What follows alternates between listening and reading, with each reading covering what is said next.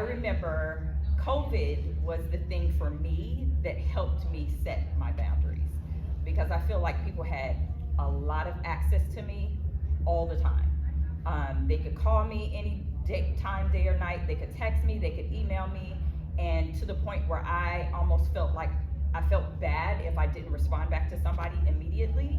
But with COVID, I'm like, I'm not talking to you, I'm not seeing you, and we're good. So this is a perfect opportunity for me to kind of draw a line in the sand and say, this is what I'm going to allow and this is what I'm not going to allow.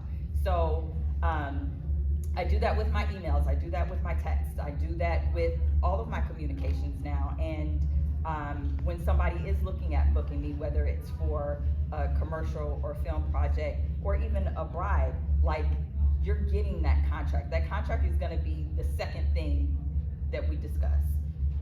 And I think that's super important, because people forget that beauty professionals are the individuals that are the next closest thing to a medical practitioner.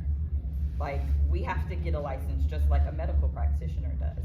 So there are certain things that we have to be aware of when we're going in these settings. We have to be conscious of allergies. We have to be conscious of illnesses, and that contract is protecting us in more ways than one. I mean, we could